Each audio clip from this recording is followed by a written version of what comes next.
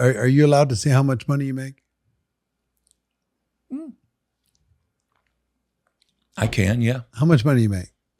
$200,000 a month. About $200,000 a month. Yeah. $2.5 million a year, something like that. Yeah, right. And how many employees do you have that help you grow your business? Employees that help me grow my business. W-2 employees. I have one assistant. A virtual assistant or actual assistant? An actual assistant. Okay. So you have an assistant that just kind of helps you manage your life. Yeah, that's right. Is it more of a house manager or is No. She's there to. I mean, she'll take care. She'll tell my wife when her doctor's appointment is. Yeah, stuff like that. Sometimes she'll drive her. So you have one assistant. Yeah. Eric Worre here. Welcome to the Excellence Project. And today I have network marketing legend Jeff Altgilbers.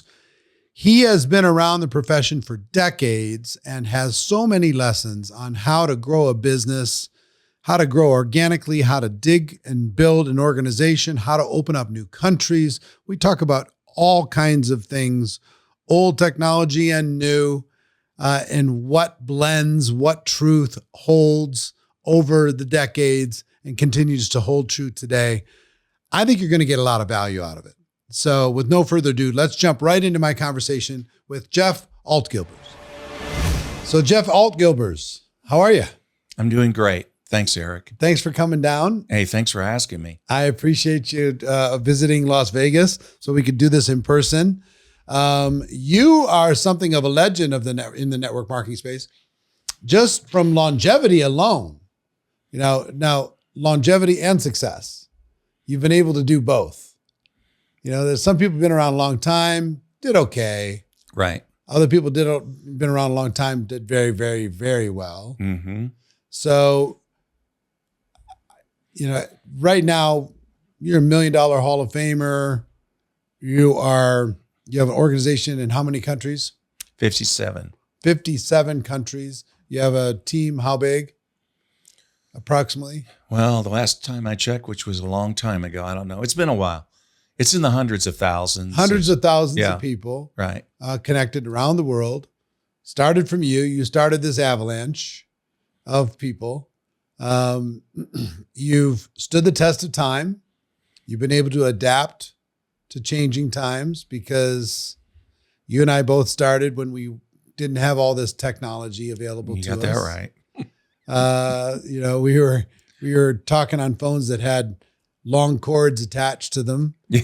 And long distance used to cost a lot of money. That's right. We were used to it was back then, it was a normal thing to have a phone bill for at least $1,000 a month.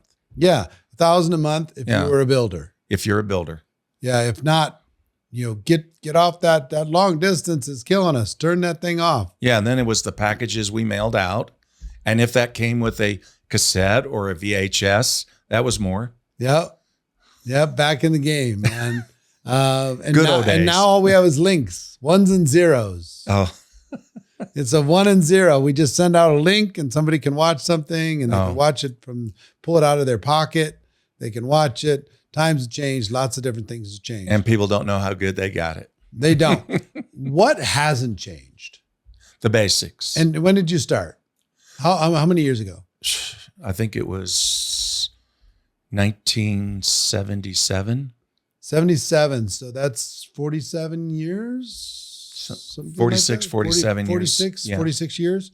46, 47 years ago, you started.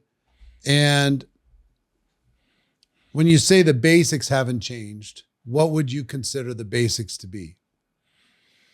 The basics, like the invite. I always call it like baseball, right? Baseball has been around, 127 years, and the balls are still round, still only have 4 bases, and they still use bats. Strange. So fundamentals. The fundamentals, base 1, the invitation, base 2, the presentation, could be a meeting, could be coffee, meeting somebody, or it could be sending a link. And then third base, answering any questions they have.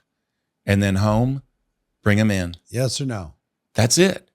They're either out or they're safe. That's it. And that's people want to complicate it more than that, but that's it. That's the basics. Now, methodology, I mean, back when I was in my last company 26 years ago when I started, we did, conference calling. Yep. Freeconferencecall.com. Freeconferencecall.com. Yeah. And then we had hotlines. Call this 800 number, listen to this doctor explain the product, 5-minute listen. And then we'd say, hey, how do you see yourself? Using the product, or can you use money? Oh, you can use money? Great. Welcome to the club. That was it. Right. So simple. Right.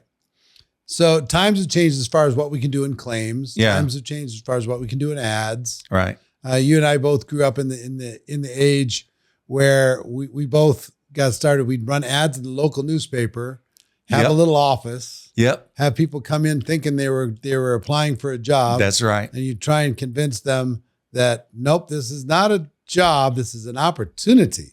Right. And you get to pay to play. Yeah. Not pay to play. That's the wrong word. Well, but you get to make an investment in starting your business, getting some product, and starting to build a team. That's it. So the four basic things that we do, tell me if any of these have changed. We sell and we sell products and support the customers. Right. We recruit other distributors and we support them. Mm-hmm. We duplicate the process. So it happens over and over. And we lead the teams that we build. That's right. Have those things changed? No. So how we do them has changed. Right. So technology's gotten a little bit more sophisticated. Right. And that's a good thing. I mean, as far as Zoom is great. Yeah. They can see us. Right. So would you say you were slow to adapt to technology, fast to adapt to technology, or kind of just down the middle? I was slow in the beginning. Like when I started 26 years ago in my last company that I'm in, the company I'm in, I didn't even own a computer. So my sponsor laughed at me and said, you're going to be successful in network marketing. You don't own a computer.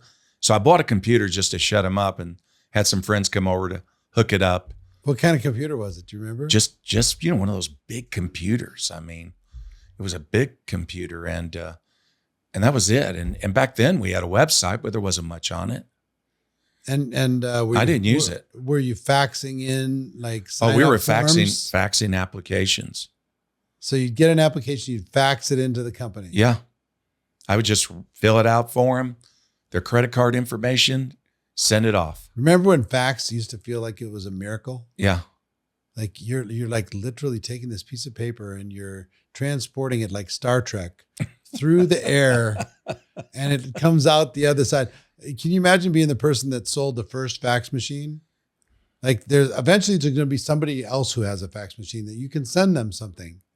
But the first one was going to be the only person with a fax machine. You'd have to have some belief that somebody else was going to buy something. Right. And buy a fax machine. Otherwise, why would you ever buy one? That's so right. when you think about all the technology we've gone through in our lives, right? From regular rotary phones, right, to beepers. Did you ever have a beeper? Yes. Did you ever have a 1-800 beeper? No. That went nationwide? No. Ooh, I had an 800 beeper. Well, you're a big time man. It was big time. And you'd have to pull off to the side of the road and find a payphone to call somebody if you got beeped. If there was a code that it was an emergency, people would put in a code and then you'd have to go call them somewhere. So beepers showed up, and then there's big, huge brick telephones. Cell phones. It with look like a walkie-talkie. Walkie-talkie. Yeah. Some people had like briefcases that had the cell phone kind of attached to the briefcase. Yeah. Battery pack. Yeah.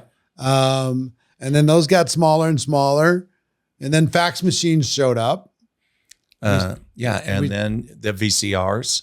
VCRs. Well, I mean, I don't go back to the record players, but I do know that way back in the day, that people were sharing the opportunity via vinyl records.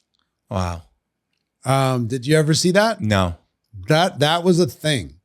When you go back to Abunda Vita and Wow. all these old companies, they were sharing it via vinyl record. And then they went from vinyl record to cassette tapes. And then from cassette tapes, they went to CDs to DVDs. Yeah. And then eventually those were gone. Yep. And everything turned into digital. So we've gone through all of that, and the computers have gone from huge and clunky and floppy disk, Yeah. all the way to Smartphone. and slow, Yeah. all the way to you can if you have a cell phone, you can build a business anywhere. Right. And are there any dumb phones anymore?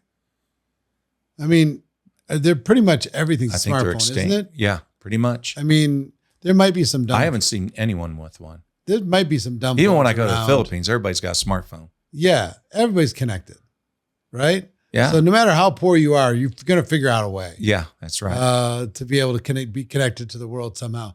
And I personally think if you have a smartphone, then you can build a business. Yep. Pretty much. Everything's in my phone. Yeah. Anytime somebody asks me something, I go right into it. Our company's got an app. I go right into the app. Yeah. Got the link. Boom. There you go. So we go through all these changes, from black and white TV to color TV to VHSs to now I just, I'll go on Prime and order any movie I want whenever I feel like it. I remember having libraries filled with VHS cassettes. Yes. And those are evidently worth a lot now. If they're factory sealed VHS movies, they're worth big money from the nostalgia people. Same thing as like vinyl records. Right. Kind of crazy. What's happened inside of our world? Advertising, yard signs, door hangers, walk-in shopping malls, cold calling, running ads in the newspaper. Yeah. And now you're on social media and you can reach the world in a couple clicks. Yep. Kind of crazy. It is. I have an opinion. I'd be interested in yours. I think network marketing as a profession had a built-in farm system. Like a baseball team has a farm system, or, like you have your beginners, your, serious people, your semi-pros and your pros, and our weekly meetings at hotels and our presentations in offices and having to face your fear and go do a home presentation and all that stuff was a farm system that built up a skill set for people slowly, a little bit at a time. And we kind of stripped the farm system out. And now it's just all the superstars doing Zooms. And the other people aren't developing quite as quickly as organically as they used to develop. Do you agree with that philosophy generally or no? No, I think a lot of that is true. I do. And frankly, I miss the old days. I do. I'll be honest with you. I miss it. I miss cassette tapes. I mean, I just remember. I really do, because in cars, I would just listen all the time. Yeah. And the great thing about a cassette tape is if you loved it, at the end of that cassette, it would just turn over and it would just start playing the other side. Yeah. And then if you like that, it would just keep going, Yep. turn over, and it would play the other side. And I just wear those things out over and over and over, wear them out. I had my own little driving university. And it's not quite the same. I'm a big podcast listener today.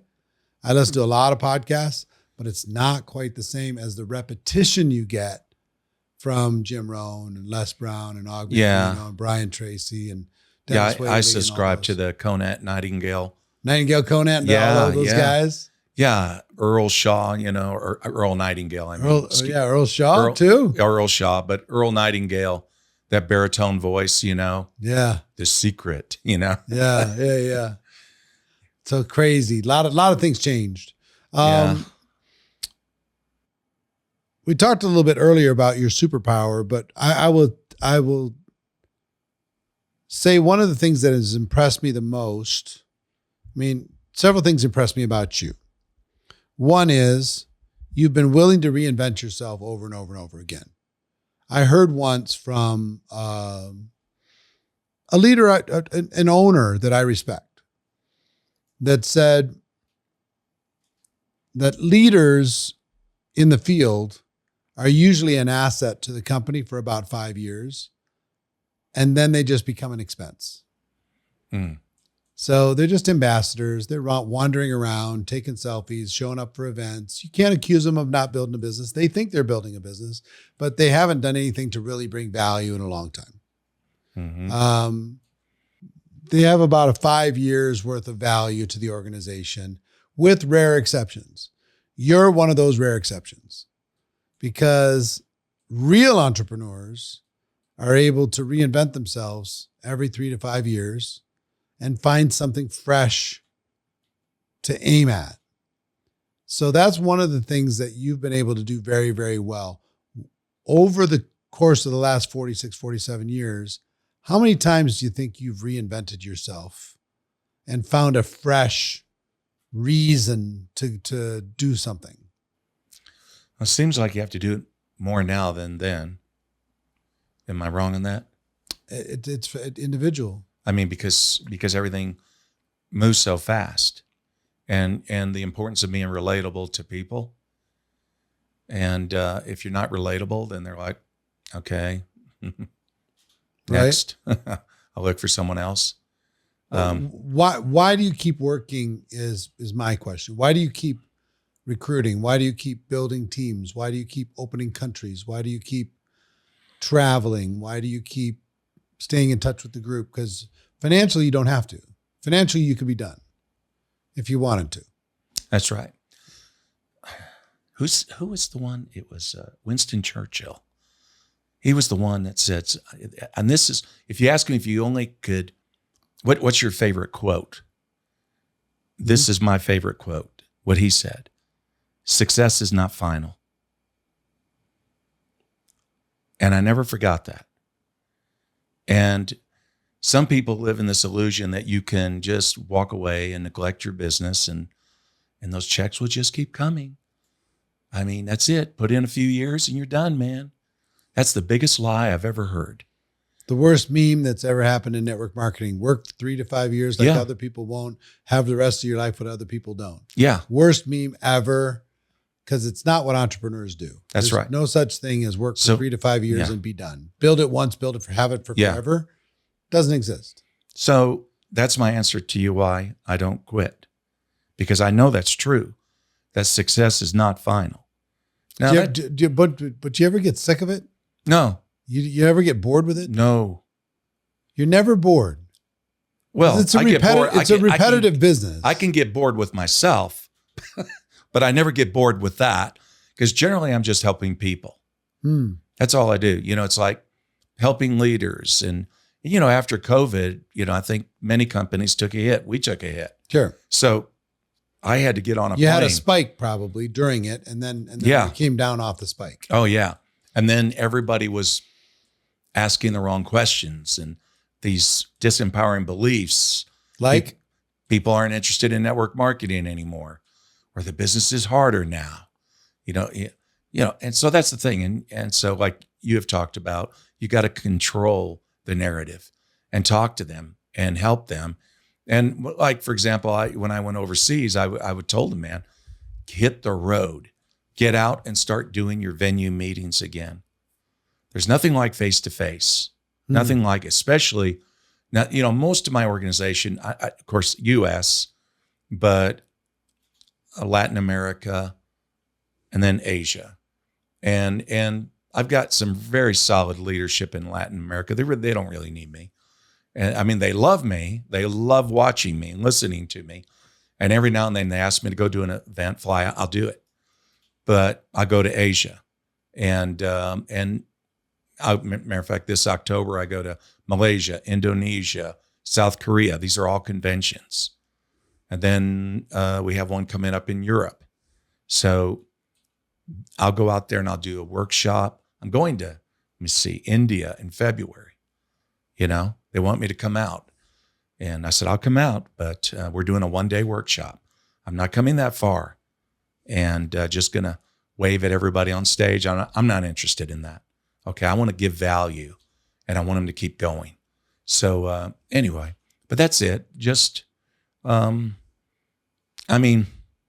is there something else I'd rather do? I mean, I have a life. I do the things I love. What are those things? Being with family, being with my kids. And that's the beauty of it. I was able to watch my kids grow, be with them. I wasn't an absent father. I was in their life, very much a part of their life. Music, I like to songwrite, love to go in a studio, new material with my band, and let's record, man. I don't know. And then, of course, travel, love to see the world. Yep. But I love being involved in the profession. I do. Yeah. Yeah, I love it. So one of the things that you've been able to kind of keep it fresh that I admire about you, you've kept it fresh. When a lot of people in your same position, and I know a lot of them, and you do too. Yeah, they're friends. They're friends, but they're checked out. Mm-hmm. This will sound harsh. They've died, but they're still breathing. You know, they're done contributing to the world. They're done growing. They're done moving forward. They're just putting in their time until their time is up. To me, that's one of the saddest things in the world. Yep. Is a person without a purpose other than comfort. Yeah, right. Those that just seeking comfort, it's an empty existence, in my opinion. That's right. And a lot of people work hard just to get comfort. Mm. And as soon as they get comfort, and sometimes comfort comes at a low level for some people. And once they get comfort, they're kind of done. You know, they'll check out until they get desperate again. And then they'll have to try and get comfort back again. As soon as they get comfort back again, they start sliding again. Mm. The second thing I admire about you is you're able you're willing to just march into a market and start it, whether you knew somebody there or not. Yeah, it's maybe because I'm a little crazy, but So what gave you this idea that you could just walk into a market and just find somebody to be able to help you grow at some international market? So yeah, sure. How did it start? It starts from me pushing myself, and I've never believed in being number 2 or number 3. And I don't mean that in an arrogant way. It's just that I know who I am. That's all. And that is who I am. And I'll give you an example. It's like, you know, and because people ask me about, matter of fact, a woman, she's already made $7 million in her company. She reached out to me last night at the hotel. I want to know how you did that. All these countries, you know? And I remember my first international experience. And it was when the company announced they're going to South Korea. And I thought, oh gosh, I don't know anybody outside the United States and Canada. And so I asked some of the leaders in my team, talk to anybody, find somebody in South Korea. So a leader comes and said, all I got is an address, email address. I said, okay, he's a doctor, he does network marketing. So I email him. So I'm at a party one night and I get the email back. And he said to me, if you want to do business with me, you need to come to Seoul, Korea, and you need to come now. And I thought, I hate that. Oh, crap. I just hate that. I don't know anything about those people. I don't know if it's even safe. And then this voice in me shouted, shut your mouth, get your butt on a plane tomorrow and fly over there and see the guy. And that's what I did. I told everybody at the party, hey, I'm going to South Korea tomorrow. And I went down to the airport. I didn't know anything about flying internationally. I had a passport only to be cool, And right. and 24 hours later, I'm there. And it was a different world. Oh my God, did it open my eyes. And meeting this guy, he was intense. And he had those poker eyes, and he was ready to do business the minute I got to the hotel. And I said, listen, can we just go out tonight and have a beer and dinner and get to know one another before we talk business? And he said, okay. And then after that night, we were best friends. And the next thing I know, I was only planning on being there a week.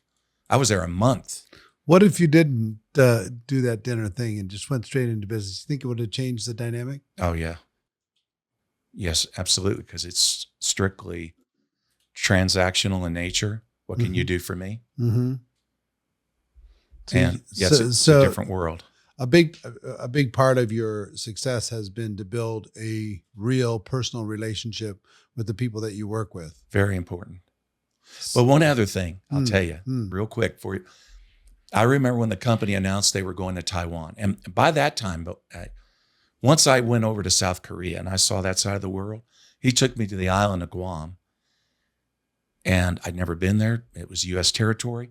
It was only just a few hours outside of South Korea. I said, what am I doing in the United States? I'm going to come over here and live. And that's what I did. And I told my team back home, use me while I'm in Asia. And that's where I decided to live. And then the company announced they were going to Taiwan. And then I thought, I don't know anybody in Taiwan. Well, hold on. Back to South Korea. Did that person get off to, went to work? Oh, absolutely. Built a good line? We went all over that peninsula doing meetings for a month. Okay, so is that the only person you had signed up in South Korea? Everything went under that person? Yeah, pretty much. Okay. Yeah. And that built into a line of significance. Right? Yes. Okay. So then Taiwan opens. Then Taiwan, the company announces that, and I think, I don't know anybody in Taiwan. I put out the word to my team back home. Does anybody know anybody in Taiwan? Nobody knows anybody in Taiwan. And this one leader's got a team in Taiwan. It's a lady out of California. And this is on your team? No, she's different team. Okay. And I thought, I will be darned if she will take Taiwan. She will not take Taiwan. That's the competitive nature of me. Okay. Yeah. So I thought, okay, what are you going to do? And then here comes this thinking, well, I don't know anything about Taiwan. I don't speak Chinese. I can't read it, can't talk it. And I come up with all these excuses, and this voice shouts out, shut your mouth, get on a plane, fly over there tomorrow. And that's what I do. So without knowing a soul. Without knowing anyone. So I fly into Taiwan. I get in a cab going toward Taipei, and I'm looking at all these billboards in Chinese characters. And I thought, I'm so screwed. This is not a good idea. Were you making any money at this time? Oh, yeah. How much were you making? Probably $30,000 a month. Okay. And that was a lot of that from U.S. and Korea? Oh, it was everywhere. I mean, U.S., Latin America, okay, South America. Anyway, so I get to the hotel and I thought, okay, what are you going to do now? You don't know anybody here. And I thought, okay, there has to be American network marketing companies here. I'm going to go down the New Skin building. So I go out to the street, cab, tell him I want to go to the New Skin building. He takes me to the New Skin building, drops me off. Beautiful place. Oh my gosh, have they got beautiful corporate offices, right? So I walk in, all this glass, marble, everything. And I go back in this big, large room, see all these tables and all these young Chinese leaders in dresses and suits, business suits. And They got all these marketing boards and everyone's chatting. And then they look at me and think, my upline blue diamond from America. And so a guy comes up to me, he says, and he speaks English, right? So he says, are you our upline blue diamond from America? I said, no, I'm just a tourist. I love New Skin. I think you have a beautiful office, but you speak English. So, hey, do you have time for some lunch today? I'd like to ask you some questions. Okay. So we go have lunch. And I said, is there a magazine in this country that people read? I'm talking about network marketers. He said, yes, they publish it every month. Would you take me to the publisher? Okay. And so we get in a cab, go, and on the way, I thought, you need a phone number, Jeff. Can we stop and get me a cell phone somewhere with a phone number? Okay. He helps me out with that. Go to the publisher. I lay out the ad, tell her what I want. Then after that, I said, what are you going to do when the phone rings? You don't know their language. So I said, hey, can you use some extra money on the side, Like you could do translation work for me. You could take phone calls and help me with the appointments and translate my presentations. He said, well, I'm doing New Skin. I said, yeah, you do New Skin, but you make money on the side helping me. How about that? As a translator, yeah. Yeah. And he said, okay. And the next thing I know, I'm hopping planes, trains, taxi cabs. We're going all over Taiwan. And I'm meeting people. And then he helped me open up an office there. And on the, Friday night, Saturday night, not much is going on. I'd always like to go to the piano bars. Are big there. They're really big there. And so that's where I met my wife. So it's about midnight. And this one piano bar I'd like to go to, it's a classy owner. He likes me to go sing there, the owner. He said, come on, sing at my place. And so anyway, this girl comes up when it's getting late. She said, hey, I'm leaving, but this girl's coming in to play. Stay and meet her. She's a single mom. You'll like her. And I said, okay. And then walked who would be my wife. And then she came up and said, hey, so what would you like to sing? And then finally, when the night ended, I asked her, do you have a name card? How I can connect with you?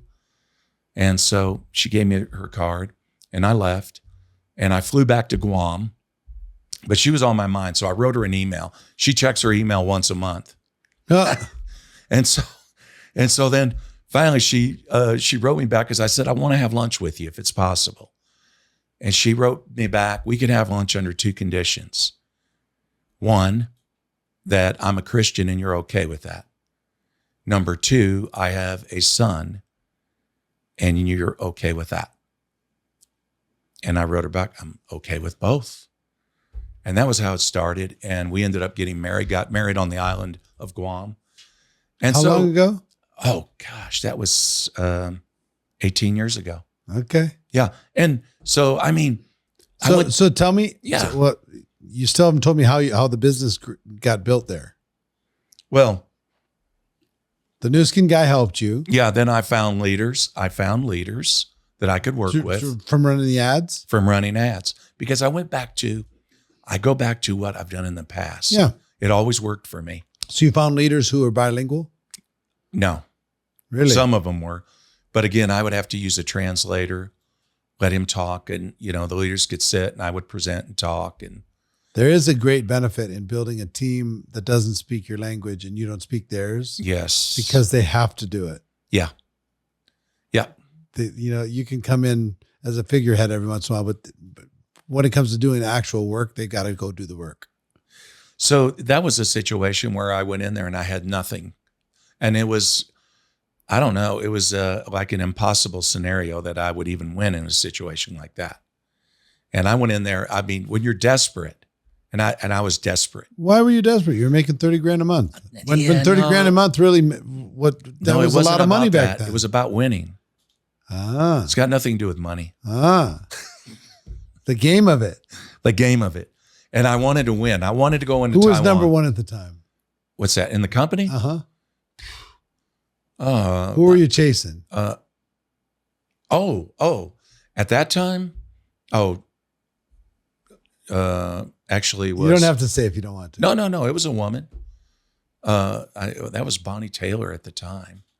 Yeah. Yeah. She's not even alive right now. So, I mean, but at the time, but she had a big ego, you know, she thought she was hot stuff. So I thought, you know, okay, I'm going to smoke her. I'm going to smoke her. So, And did you? Yeah, absolutely. I did. That's funny. Yeah. All right. So Korea, Taiwan, what was next? Thailand. Thailand. Yeah. I went over to, you know, they announced Thailand. I got a name out of somebody and I flew over there and this guy was about 5 feet tall. When I got to the airport, I'm looking for him. You know, I call him up, man, you're not here. Yes, I am. I said, wave your hand. I'm right at your belt. Yeah. So what's that? You're right at the belt line. Yeah. So, you know, that was it. That was just another one. It was just a name that I got from somebody. And I said, what's your experience in network marketing?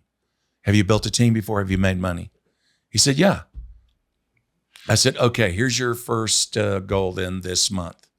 And that target was like the 4th position in the compensation plan, 20,000 team volume. I said, that's your goal this month. And as we got toward the end of the month, he said, maybe the position below that is like a 10,000 point. I said, no. You and I are going to run with this and we're going to push it. We can do it. And he made it. Yeah. But that was another kind. And then I remember when I got a call about India, one of my leaders said, will you go to India? And frankly, I had already worked several countries and, you know, including China. So it was like India.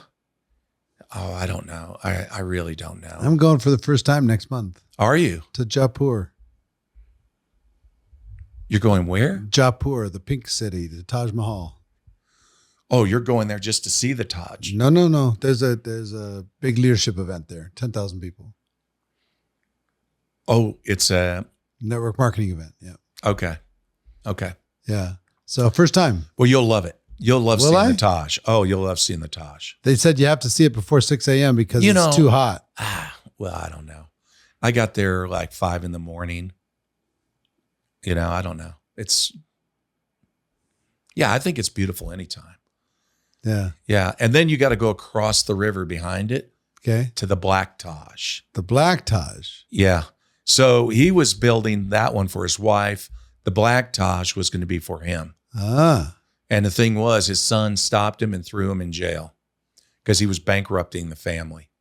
By building the Tajes. So the Black Taj, you'll see the foundation work. Yeah.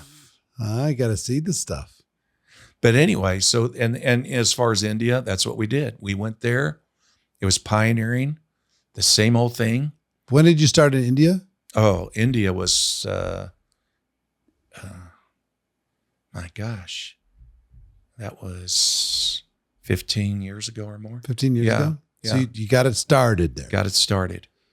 And so in Korea, how many lines did you end up with? Sponsorship 2. lines. In Taiwan, how many lines did you 1. In India, how many lines did you end up with? Let me see. In India, it's 1. 1? 1 line for me, but yeah. But then it's spread out. It's spread out. Yeah. And you're supporting the rest of your team. Yes. Everything else. All right. So you get it going in India. And now you've become something of a country evangelist. You're like going and planting churches around the world. Network marketing, you're planting seeds of growth, building little empires. You're an empire planter in different countries. From India, then where? Oh, I mean, well, of course, I went to, even before India, I went to Singapore. Mm-hmm. Again, that was a name I got from somebody that was frontline to me. She wasn't moving. I called her up one day. I said, come on, you're not moving. She was in a previous company. She wasn't a big leader. I said, but give me one name, one person who you respect as a leader in your former company. And she gave it to me. She said, I already talked to her. She's not interested. And I was thinking, I wouldn't be interested either if you talked to me. But I said, okay, no problem. So I call the woman up. I said, hey, I know you talked to so-and-so, but, and I know she talked to you about our company, and you're not interested. Totally cool. But I'm going to be in your area. Yeah, right. I'm in Guam. She's in Singapore. Anyway, I said, I'm going to be in your area. I'd like to have lunch with you. Would you have lunch with me? And I am going to tell you about what we're doing. It's totally okay if you're not interested. And we just be friends. How about that? And she said, sure. And that lady was a mega producer, like $2 million a month producer. Yep. That's what she became for me. I mean, but I sat at the table and she's a type A. I mean, like a German tank, man. Yep. I mean, so, and I just applied the How to Win Friends, Influence People book, Dale Carnegie, tell her how great she is, ask a lot of questions about her, ask questions about Singapore, just get her to talk. Right. And then it's one of those things, is your chemistry going to align? And it did align. And then I said, I'm going to be around here for another day or so. Could we have lunch again tomorrow? So the first day was a warm up. Mm-hmm. And I already knew her company history. I knew it was going nowhere. And I knew their product line. And then, so the next day when we met, I talked to her about our product. And she did a little pushback. Mm-hmm. And said, well, we have a product like that. And I said, no, you don't. And then I explained why my product was superior. And I said, and the fact is, it's going to be in every household in Singapore. My only question to you is, what percentage of the market do you want? And I just looked at her and shut up. And there was that pause. And then she said, you're right. Okay, I'm in. I smiled. I said, good. And then I called the lady back in Canada. I said, she's coming in. What's your ID number? She said, what? I said, yeah, I know. She's not interested, but she's coming in. What's your ID number? And that was it. And then she said to me, well, don't you go anywhere. I've got people I want you to see. And next thing I know, she was lining up meeting. And they'll book you and book you and book you, won't they? Oh, man. She wouldn't let me go home. And she took me into Malaysia, doing meetings in Malaysia on the back roads. Here we go. And we're not legally in Malaysia yet, but we're going to be. We knew that. So, I mean, it was she was amazing. NFR or whatever, not for resale type of situation. Until they got, the documentation done and all that. And then finally it was Indonesia, And that's endless. Oh, it's endless because you got a population there just about as much as the United States. Yeah, just spread over 1,000 islands. Yeah, it's incredible. So all of that was from her. Hey there, just a quick interruption, especially for network marketers. Whether you're just starting out or if you're ready to level up, GoPro Academy has just what you need to take your network marketing business to the next level. Get step-by-step training on how to get started or restarted the right way, and then get everything you need to earn 6 figures or more and become a network marketing pro. To learn more, just visit goproacademy.com. I've helped millions of people learn how to recruit, tens of thousands of people to reach 6 figures, and I've personally helped more than 1,000 people achieve 7-figure incomes and above in network marketing. I can help you too. Head to goproacademy.com today, and I'll see you there. How much of your business today is from Asia versus the rest of the world? Percentage-wise. It's about half, I think. So, and if you didn't build in Asia, would the other half be as strong as it is? Or do you think they'd be a little weaker? No, I think they'd be like they are now because Okay. Yeah, I do. Okay. So 57 countries, you said? 57, yeah. 57 countries. Well, that's what the company tells me. Right. And the checks keep cashing. Always. I mean, 26 and a half years. During this period of time, on average, I have a philosophy when it comes to travel. Right. And when it comes to working with people. Right. If you're in build mode, the number of days you can be away from your home per month consistently without jeopardizing family and relationships and health? I have a number. I have a max number. Really? Yeah. That you can sustain in my head. What is that? I'd be curious what yours is first, that you could sustain month after month, including conventions.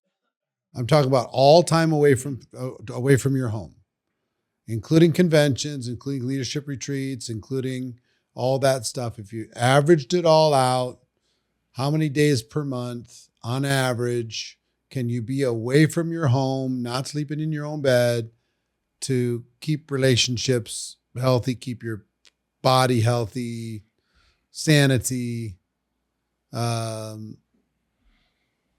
family, etc.?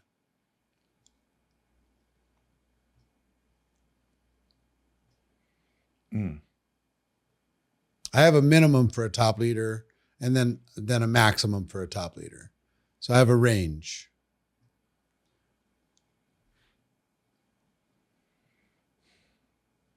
$10 to 12 weeks. So 10 to 12 weeks out of the year. 10 to 12 weeks out of the year. See if that adds up. Because I was thinking monthly. My monthly number is 8 days. I was thinking 7. 8 days is the minimum. I was thinking 7 for a leader. Right. And 12 is the maximum. If you go beyond 12, you start to pay a big price. Right. That's if you have a family. Yes. See, when I did this, I was single. No, that's what I'm saying. If you're single and moving around and doing all that stuff, the rules don't apply. Right. You can go see the world. Right. But if you've got a family, you've got relationships, you've got health, you got all that stuff, it's 8 to 12. Right. If you're a player. Right.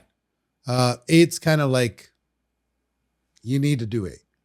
Mm-hmm. If you want to grow your business at all, you need to do 8. You got to show your face in these countries every once in a while, and come in and just be an ambassador.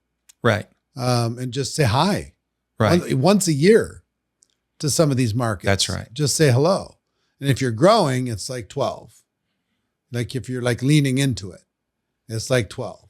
But I found if you go beyond 12, there starts to be strain everywhere. Yeah, that's not good.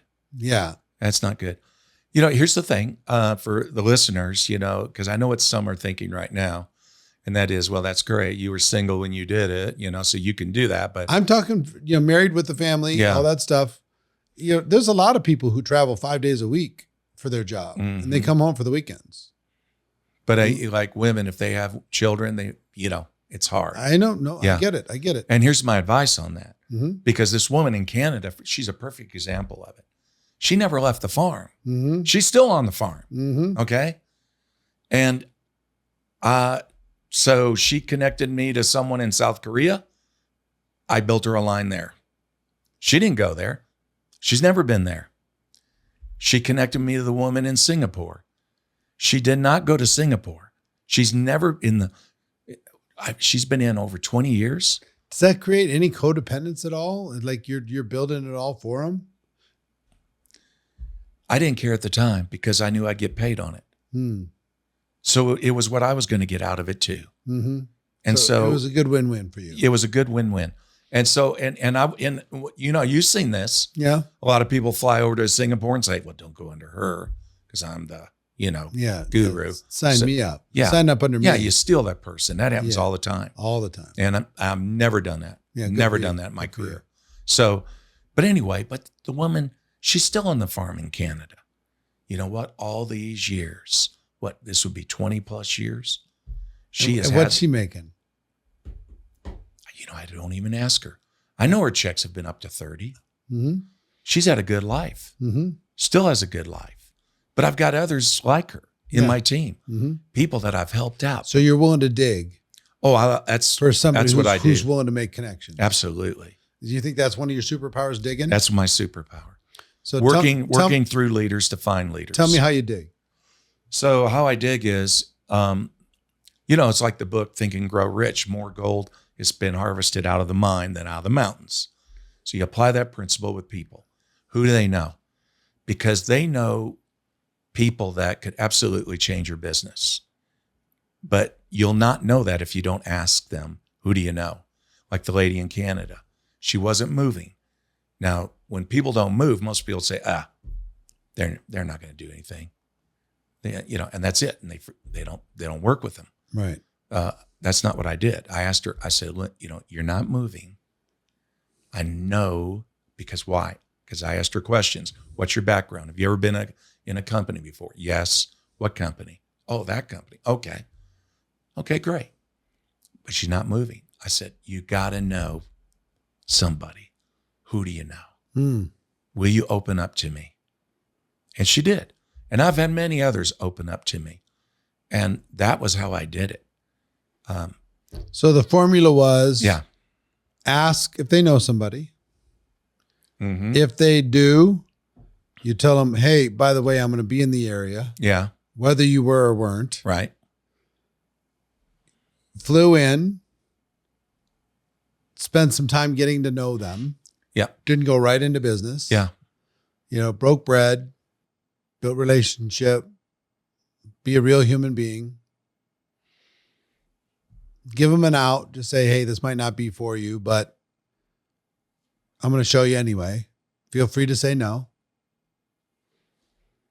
This market's going to grow.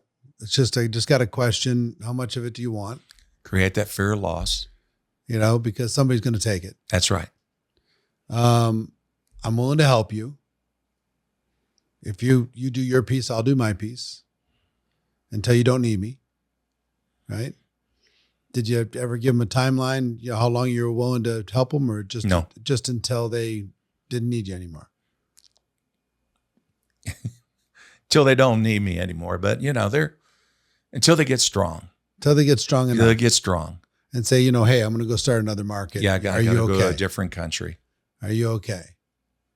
Right? Yep. And by then they've built enough and they're strong enough. How many lines of significance have you built? Think about a line, that you consider has a leader in it.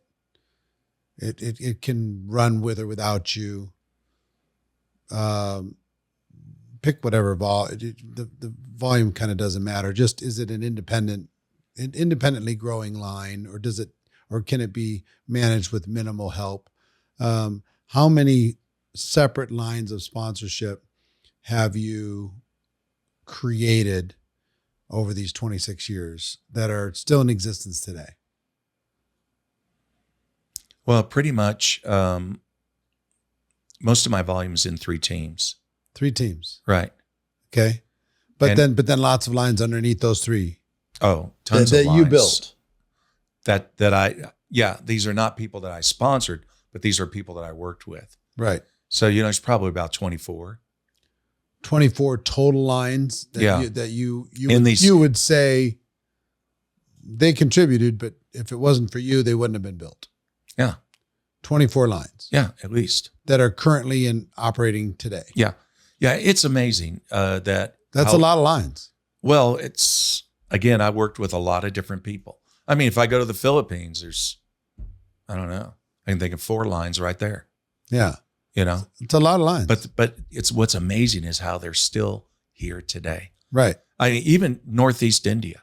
Go to Northeast India, you got to have a visa to go to India, right? And then if you want to go to the Northeast, you got to get a second visa in Calcutta. They want to know why you're going. Why? Because at one time that area of India was not a part of India. I mean, many years ago, wasn't part of India. And then basically India cut a deal, said, if you unite with us, basically you don't have to pay your taxes. You don't have to pay taxes to us. They're a buffer between them and China, and some of the other countries that are bordering right there. And so, but anyway, I can remember flying out there in a propeller plane, and finally landing, and then there's soldiers everywhere. And I'm thinking, okay, this is crazy. And they get in a car and you go up a gravel road for 2 hours. And then they say, we got to get you into the hotel before they cut off the electricity. And it was cold. It's cold, that part. That's very cold, that part of India. And it's amazing. And I was there for a week. And, but after that, I haven't been back since. But you have a line there. I've got a very strong line there. That's the strongest line in India. Are you allowed to say how much money you make? I can, yeah. How much money you make? $200,000 a month. About $200,000 a month. Yeah. $2.5 million a year, something like that. Yeah, right. And how many employees do you have that help you grow your business? Employees that help me grow my business. W-2 employees. I have one assistant. A virtual assistant or actual assistant? An actual assistant. Okay. So you have an assistant that just kind of helps you manage your life. Yeah, that's right. Is it more of a house manager or is No. She's there to she'll take care. She'll tell my wife when her doctor's appointment is. Yeah, stuff like that. Sometimes she'll drive her. So you have one assistant. Yeah. And then I've got 2 housekeepers. Yeah. I'm not talking about living your regular life. Yeah. I'm just talking about your business life. Yeah, no, just one assistant. Okay. So I just want people to understand how extraordinary it is to have a business that generates $2.5 million a year in cash flow consistently with one assistant.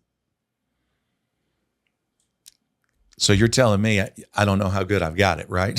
Well, I know you know how good you have it. Most people don't know how good they could have it because in order to make $2.5 million a year, typically somebody's going to have to do somewhere in the neighborhood of 50 million in revenue in order to be able to make that kind of money. At least 25 million in revenue to be able to make 10% after all their expenses and probably have 100 plus employees and hassle and issues and babysitting and Wow.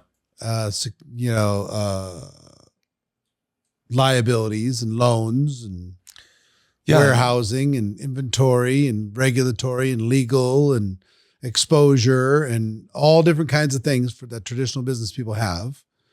You don't have any of those things. No. You don't have to ship the product. No. You don't have to worry about who gets paid commissions. No.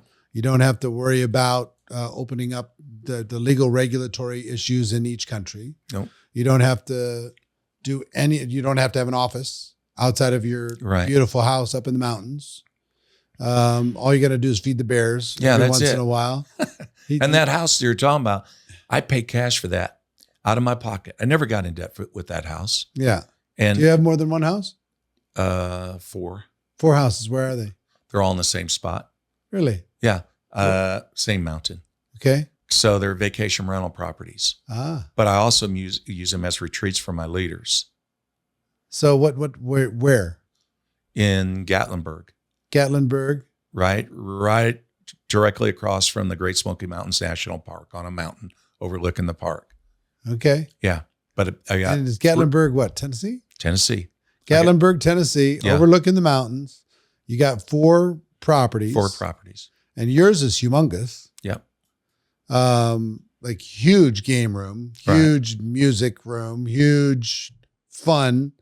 When I see your online social media, all the lives and stuff, it just looks humongous. It's a big room. Like how many square feet is the whole place? 11,000. 11,000 square feet. Not counting the decks. The decks are 5,000. For the 2 of you? Yeah. Well, we got 2 sons at home. Okay. Yeah. Okay. How old are the boys? 22 and 15. 22 and 15. So they keep you busy a little bit. Yeah, all the time. Yeah. Is a 22-year-old what's a 22-year-old going to do? He's still trying to figure it out. Yeah. That's a hard journey. It's hard. It's really hard to, What does a 15-year-old want to do? Music. He talks about music. Yeah. He's still very idealistic. And, he's an artist. Yeah. He takes after his dad. Yeah. Yeah. So how did an artist like you find this business streak? Because you're part artist, part killer. Not in a bad way, but if there's a game to be played, you're going to win. How did you balance the artistry side of things, the softer side of the arts, with the game of winning inside of this business? How'd you balance that? Well, it was like, I don't know. Like I said, I was very competitive, and I'm a drummer, and drummers are pretty intense, right? A little weird. Yeah. Yeah. So I'm just saying, there's like cliches out there that don't date drummers. They say to the girls because they're crazy. hey, but drummers always get the girls. I mean, when I was playing in nightclubs, I did. I'm talking about when in my younger days, I always did. Yeah. But the thing is, no, it was, yeah. So, but when I came into this business, it was, I wanted to get back to my music, but there was no time, no time. But I would songwrite. I'd hear stuff in my head, Sure. write out the lyrics. And was there a point in time you realized that even though the music was fulfilling for you emotionally, that it wasn't going to be a career? oh yeah. When did you realize that? Well, I knew it from the beginning. That wasn't my intention. Well, I mean, but if you had the chops, you know what I mean? Because there's levels to this. Yeah. When I was growing up, I wanted to do Broadway Oh yeah, absolutely. really bad. Yeah.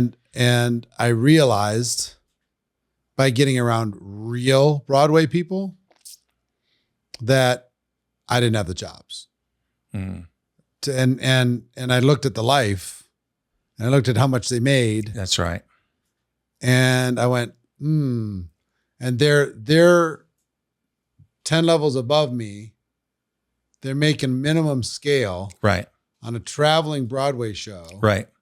They're not even on Broadway. Right. They're doing 8 shows a week, living in a shithole hotel. Right. There's nothing like theater, though, Right. as far as the whole Right.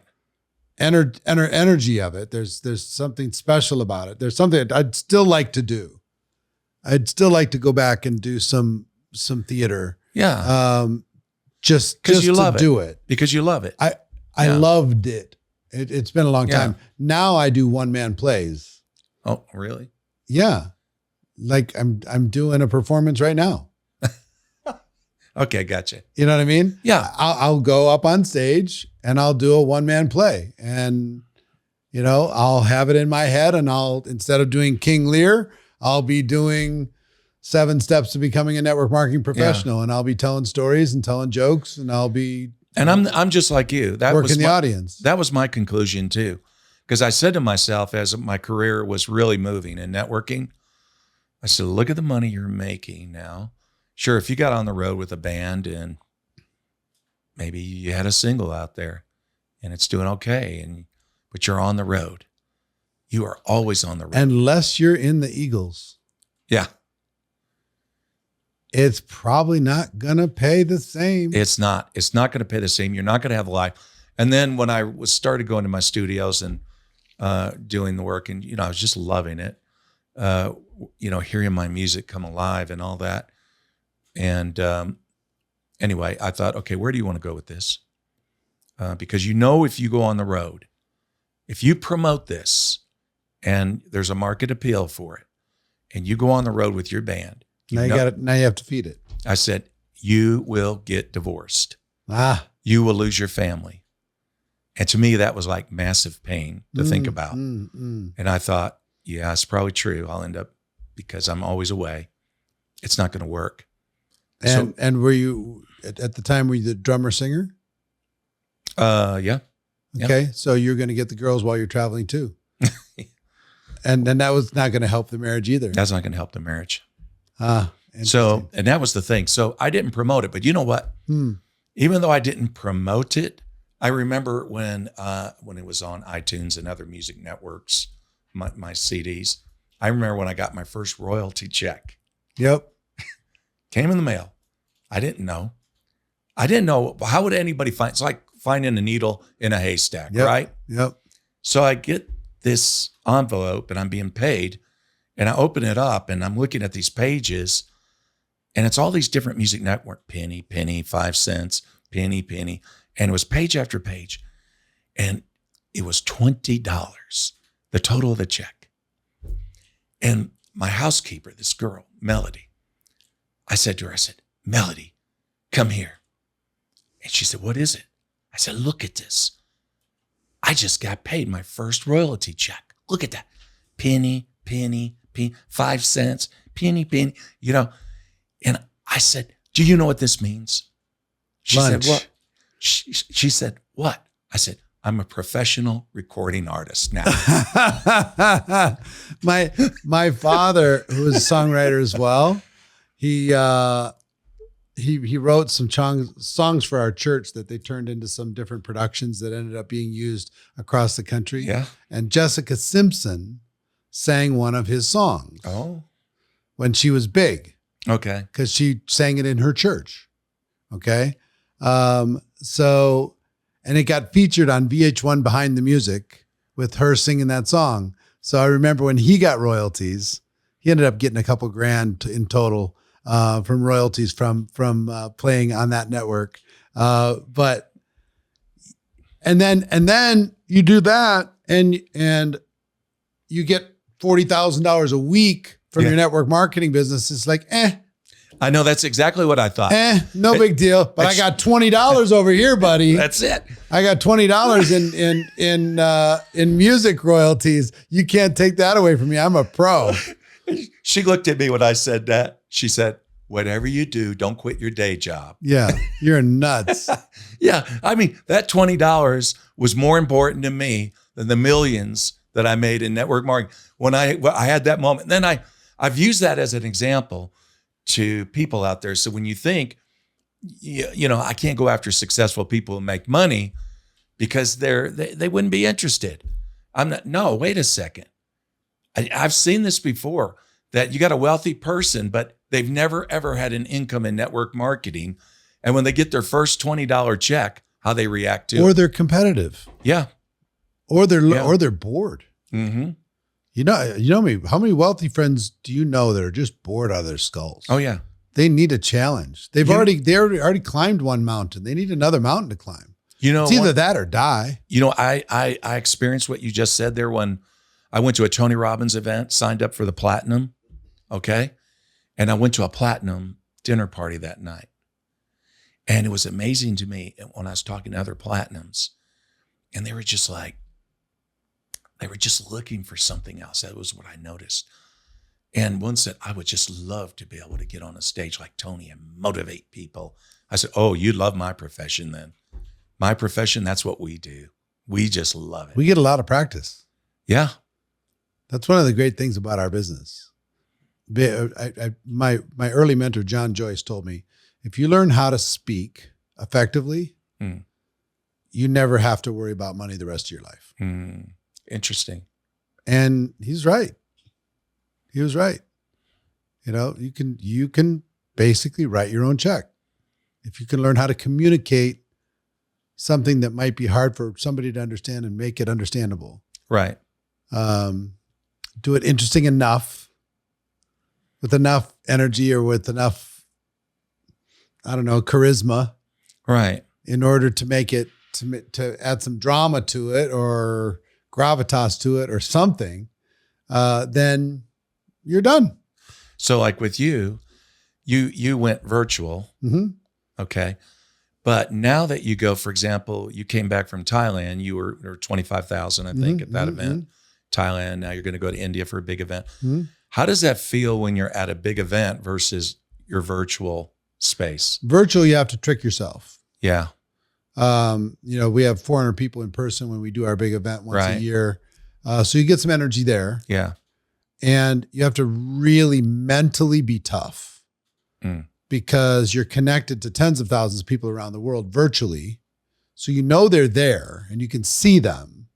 And then you can see the reaction and you can see the chat and you're getting the feedback from the group.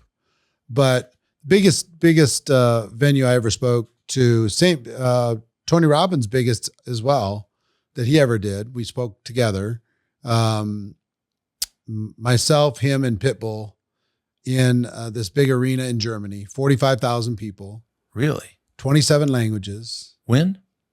Gosh, it's probably It was a pre-pandemic. wow. It was a network marketing event. Yep. Okay. 45,000 people, middle of Germany. Wow. And 27 languages, and it was like waves because, you know, you'd tell a joke and then the Macedonians would get it, and then the Italians would get it, and then the Germans would get it, and then the Japanese would get it, you know, so it would just like, it would go in ripples and waves around the whole stadium. Yeah. But everybody had the same thing in common, you know? So I'm on this humongous stage, and it's such an interesting energy to have that kind of energy come back at you. You know, I remember, Oh, yeah. I remember it's incredible. In that event, I like to get off the stage. I used to be just like Jim Rohn. I would stand behind the podium and never move because that's what Jim Rohn did. Yeah. So I just stood behind the podium and never moved. And then I saw people moving back and forth. Yeah. I saw Tony and different people moving Right. back and forth. I'm like, I'm going to try that. Yeah. So I started moving back and forth, and I saw some people getting off the stage. And it would and if anybody ever, you know, if you ever been to an event and somebody's speaking, they get off the stage and they come towards you, you change energetically. Mm-hmm. You're like, whoa, they're coming over here, Mm-hmm. you know, right? So in that audience, what I did is I got off the stage and they had the floor seating. So I would walk the entire floor seating and just work section by section by section. They kept a spotlight on me and microphone on me Mhm. the whole way, all the way around. So I was on the stage maybe 20% of the time and off the stage 80% of the time. And I remember one of the times I just decided, for whatever reason, to climb to the top of the stadium and to the very, very top row, the nosebleed row, which was a bunch of Macedonians. And I sat with them while I'm training. I'm training this whole time. And I just sat with them and I trained them and let everybody else watch up on the screens, Wow, that's powerful. you know, and they were just flipping out. You know, they're waving their flags and they're taking pictures and stuff. It was super fun. In most audiences, I can't do it anymore because too many pictures, and that's going to sound bougie, but Yeah. too many people just flock to get pictures. to get pictures and Right. selfies and surround you, and it becomes disruptive, and security doesn't know what to do, and Yeah. so you got a little bit different situation nowadays. But Yes. Right. but that was fun. That was fun to be able to kind of play off an audience. It's fun playing off an audience. The bigger the audience, the better. Oh yeah. If you know, I was watching on Instagram the top 10 biggest concerts of all time, and one of them was like 7 million people or something, with Rod Stewart was the biggest one live. Wow. There was a bunch of like 1.2 millions, 1.4 millions. For me, the bigger the crowd, the better. Yeah. If there's, you know, 6 people in a room, but if there's 60,000 in a room, I am ready to go. You know, I don't know if it's the same with you. You sound like you do great in small groups and one-on-one and all that stuff. I do less good with that. I do better with the energy of Oh, a I large love big group. crowds. You get me on a stage. Did you ever mix your music and your teaching? No. Because some people have. No. And I always think it's a mistake Yeah. when they do. I don't do that. Yeah. Because I mean, there's some that do, and I'm like, it's kind of cringy. It's like Yeah. be one or be the other, you know. But that's the one thing I love about going to Asia, because that's what events. Events is what drives it. Even still today, post pandemic. Oh yeah, absolutely. Yeah. But events kind of took a hit post pandemic. They're did. coming back. They did. They're coming back. And I've had to work with my leaders on that too. Help them to Because the leaders got a realize. little lazy. Yeah, because they became like the Wizard of Oz behind the curtain, you know? Yeah, everybody's pushing buttons, hoping for everything to blowing return. out smoke. I'm the most powerful Oz. You got to get back out there face to face. Yeah. And so, and we talked about that the last mastermind here. Yeah. You know, the importance of challenging your leaders to be out. I don't know. What did we talk about a week? Getting on the road. Yeah. Getting on road the road. warriors. Yeah. Road warriors. So I started challenging the leaders that, I just said, look, you want to change your business? Number one, you got to get on the road. Number two, make sure that you have a system that duplicates when you leave, because I don't want you to be a rock star. Did they accept? Yeah. Yeah. I said, you got to have a system where when you leave, they have the tools, they have what they need to keep doing presentations. That's most important. So let me ask you this. What's next for you? I mean, when you think of your goals, when you think of your legacy, when you think of how you want to be remembered 50 years from now, 100 years from now, what's next on the vision board? Well, I think that, to me, it's all about contribution. That's it. I mean, I don't think anybody's going to build a statue to me. I don't think my books are going to be in the Library of Congress when I'm gone. Okay. It's all about contribution. Who did you help? And how many can I help? That's my goal. How many can I help?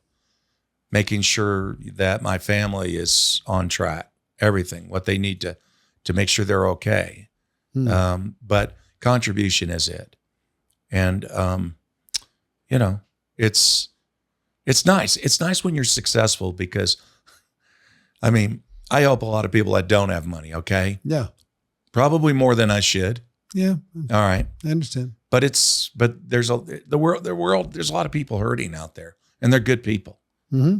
So it's nice to be able to make a difference. And I like doing that. We were in the Philippines 2 months ago. We were building, it was 20 new houses that we began. We just started the project. Me and my wife were there, and we're these big concrete blocks we're handing to the guys and all that. It was hot. Yeah. Getting dirty, but meeting children, families that were displaced because of natural disasters, things like that. Just being able to do it. Yeah. So more of that. Yeah, more of that. Because what else is there? I'm not a narcissist. Do you ever see yourself slowing down? What's that? Do you ever see yourself slowing down? Not yet. I don't see it now. Do you see it is there any time in the future where you see it? Is it in 10 years? It's going to depend on 20 years, how you feel, what I can physically do. Yeah. I got a son that's 37, and he was watching the training the last 3 days. Yep. And we're not I told him, you don't have to be like me. I wasn't like my father, but he wants to do this. And he's a beautiful young man. So anyway, I like for him to sort of, if I get to that point where I can't travel anymore, like him to take my place. Yeah, I would like that. That'd be fun. Yeah, I would like that. But right now I'm not ready for that. And I'd like to, I'm going to take advantage of some of the health technologies that are available. All of them. Yeah. And Tony talks about it. Me and you have talked about it. Yeah, man. So I'm just wondering, take advantage of that because, you are your best investment, right? 100%. Yeah. So I want to invest in myself. I want to do that. And then if I do that, and then I can keep going, they say that the age 100 is the 60. Yeah. What used to be the 60. Yeah. I'm shooting for 120. Yeah. So, I like to do that and, stay active. Yeah. With my company. I love my company. Yep. Love the owner. Love the corporate. They're good people. They've done a lot. And, and I know the owner's children, and I don't know, we're like a family. Love it. So I love giving back to I don't want to sit back home and just collect a check. Now I've got people in my upline. They started 10 years ago doing that. Yeah, for sure. So that's not me. Right. To me, you got to show But you're gratitude. rare, man. Yeah. You're rare. I'm proud of you for that. Thank Because you. a lot of people will just go through the motions, and you can accuse them of not working, and they'll get mad at you. Yeah, sure. But they're not doing what they did to get there. They're ambassadors now. Yeah. They're custodians. So some of them, they don't even come to the convention. They're custodians. They're Yeah. just they're on a pension plan. They're not doing it anymore. It's okay. It's all right. I mean, our profession is very forgiving. But Jeff, I want to thank you for coming down. I want to thank you for 47 years. I want to thank you for continuing to reinvent yourself. Thanks. I want to Eric. thank you for. Well, that's one reason why I like plugging into you. Yeah, well, I love the fact that you're spreading it around, and you're continuing to do so, and you're inspired. You're letting people know. One of the things, the good lessons, I think, is you're letting people know the value of digging roots deep. You don't have to bounce around. You don't have to look for how many times could you have gone through hard times and made a different decision, gone someplace else and dug up your crop and tried to plant it again someplace else, probably 20 times, not every company's going to have a perfect trajectory. There's going to be good times and bad. You got to figure out which company you're going to have your bad times with, because it's never going to be perfectly rosy. But the fact that you're showing an example of longevity, in a world that has a short attention span. Yeah. So they move around a lot. They do. Not all of them, but some. Not all. That's right. Some get addicted to it. Of course not. Yeah. And some dig their roots deep and get stubborn. Yeah.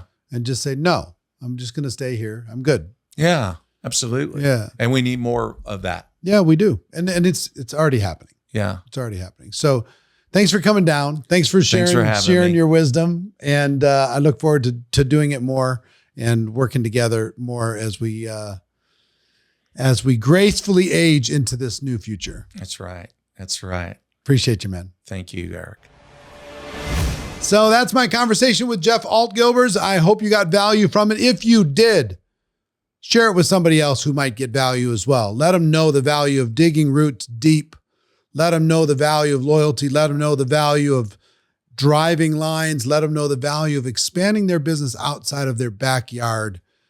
So many lessons in this episode. If you listen to it once, it's probably not enough. This is one you probably need to listen to again and to share with a friend. But until next time, I hope you have an amazing day, and I'll talk to you soon.